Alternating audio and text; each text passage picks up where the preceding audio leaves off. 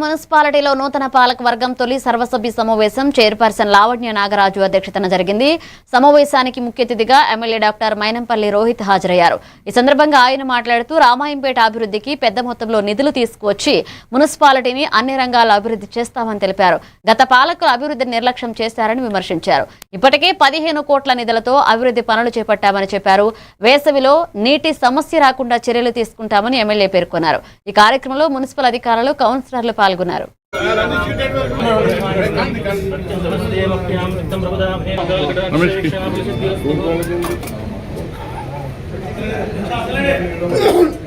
మంగళమ్మ మాతాకి జై, మంగళమ్మ మాతాకి జై.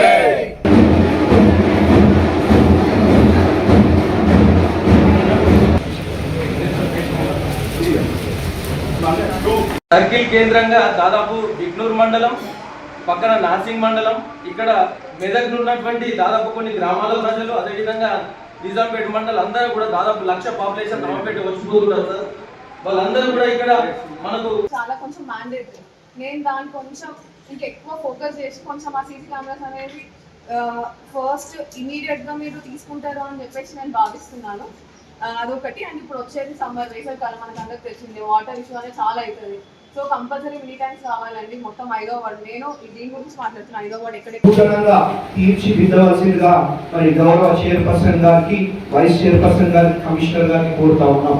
కొత్త మైక్ సెట్, కొత్త టేబుల్ బ్రహ్మాండంగా ఉండే విధంగా మరి తీర్చిదిద్దాలని చెప్పి కోరుతా ఉన్నాం. మరి అదే కాకుండా మరి ఇవాళ మనం ఏదైతే మరి ఇవాళ మన కార్యాచరణ చూసుకుంటే మరి శానిటేషన్ మీద ఎక్కువ మనం కాన్సన్ట్రేట్ చేయడం జరిగింది.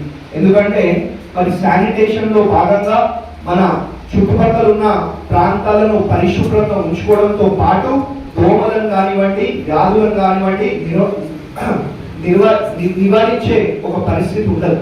కాబట్టి దాంట్లో భాగంగా ఇవాళ శానిటేషన్ ని మనం మెయిన్